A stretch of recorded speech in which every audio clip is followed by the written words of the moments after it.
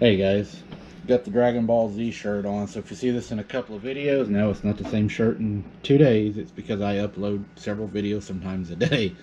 Now I don't want to change my shirt to do it, but I got one for you. It's, guy's name is Sam, him and two friends. Date November 2007. Location is Reed City, Michigan. The moon was not available as I could not find a date. Suspect in this is a werewolf or dogman. Outcome: encounter and survived. Alright. It says a man named Sam and his two friends were out hunting, each positioned in their own stand until 4:30 p.m. rolled around and the sun started to set.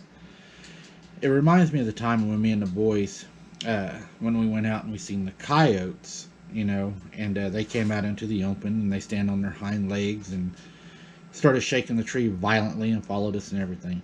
I'll put the link to that video in the description, as that was a pretty wild time. The boys actually saw them stand on their hind legs before I did. I thought they were just coyotes until the boys brought it to my attention. You notice this is in the evening when they start to hunt, which would probably, my guess, be their breakfast time or bedtime. He said that's when the sounds of birds and insects completely stopped.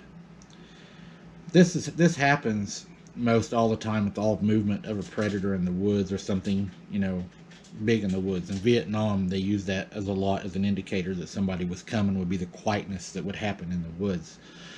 So if you're out in the woods, that is a good thing for you to listen to, as a change in the sounds in the woods and stuff like that. A silence hung in the air for a minute, but was broken by 3 deer running past Sam in his stand, followed by a foul scent similar to a mothball. I'm sure the creature was hunting deer at the time. That is when it appeared. A hulking, hunched-over, yellow-eyed, two-legged cryptid breaking from the bushes to pursue the deer. Petrified, Sam stayed put until his friends arrived, though they proceeded to make fun of him, despite that the three started to head home, opting to return the next day. I've had this happen a lot of times where people didn't believe me, and there was this one kid in particular, I'll use a first name only. He did not believe it. He made fun of us, he laughed at us and all that, and I was like, okay dude, you want to go, you want to see, let's go. So I took him, and his name was Jeffrey, and he literally pissed himself and cried like a baby until we got him back to his house he was staying at. This boy would not come out after dark after that. It scared the living hell out of him, made a true believer in him, and his hair might have turned almost white that night. He was very scared. He's a believer now. The day would prove to remain objectively calm until around 5 p.m. when Sam heard shots being fired from about 100 feet away, followed by screaming from his walkie-talkie. His friend, panicked, described the exact same dogman that Sam had seen, though thankfully it ran away. They know what guns are. Again, in my opinion, they know that they can die, they bleed, they die. They know this gun can hurt them, it can kill them, and they can die. That is why they leave when they see these guns. If they could not die by these weapons and they were not flesh and blood, they would just come up and kill you. They always retreat. That's in every story. They retreat. They know they can die. The fourth day proved that this canine cryptid was still on the prowl.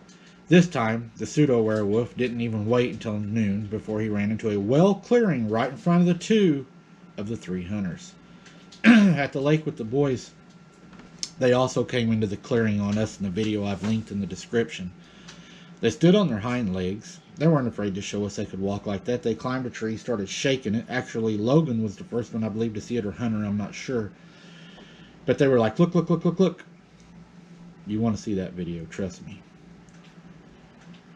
He stared at them directly and started grinning. Sam's friend aimed a gun at the canid, and it ran off immediately. Again, it left due to the weapon, making a growling, hissing noise. I've heard of the creature doing this. They will grin at you, and just that look they give you. And I've heard a lot of them doing this. It's not uncommon for them to do that grin. We don't know if it's a grin or a snarl. But some people say it's a grin, some say it's a snarl. About an hour later, the third friend radioed in. He said, You guys, are you in a werewolf suit at my blind? Because it's not funny. Before Sam could answer, he heard 5 distinct shots ring out in the distance. The third friend was safe, but Sam reported that his deep, distinct claw marks in the butt of his rifle. When they returned to their cabin later, the trio saw the snowy ground with large canine footprints, and the ground was riddled with them, and the very same claw marks embedded in the front door of the cabin. They never returned to this place, even though it had been a well-hunted place that they'd had many memories. They have not hunted this land since. These people say that they will not return to this land. What happened was very scary. It was close enough while he was in his tent that it reached in and tried to grab his gun, leaving the claw marks in it. He was able to retrieve his gun back from it. Again, they know what these are. They know that's what will hurt them. They try to take it away from you, and then you're vulnerable, and he probably would not have made it out of there. It's a good thing he got to keep his weapon.